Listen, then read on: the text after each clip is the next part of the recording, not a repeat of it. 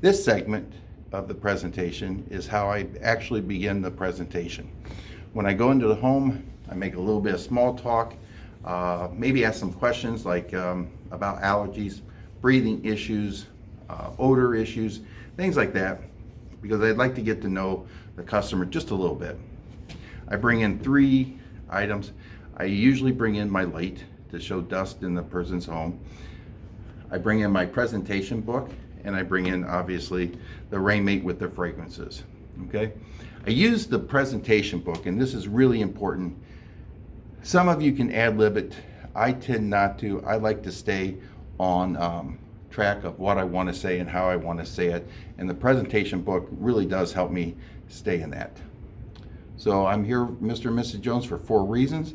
I want to thank you for taking the time. This is your gift for helping us out and just taking a look at the rainbow. Number 2, I want to get your opinion on the products I'm about to show you. Number 3, if you get an opportunity, come to our open house. It's pretty exciting. It's where we give away gifts to many writers and customers. And 4 is to ask you for your help.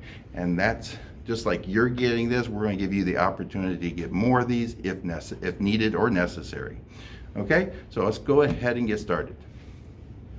Now, once again, where do I like to do this presentation at? I'd like to start at the kitchen counter.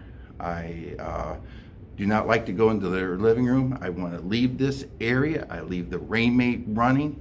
I leave it on Illuminate, which is the second one, okay? And it's running, and it creates a little bit of white noise for me. So it's important that you stay on track, because if you turn the page, you're going to move your proof book when you bring in the larger machine. Now, once again, the only thing that originally comes into the home is the presentation book, the Rainmate, possibly the light, and your fragrances. All right, we'll move on to the next segment in just a second.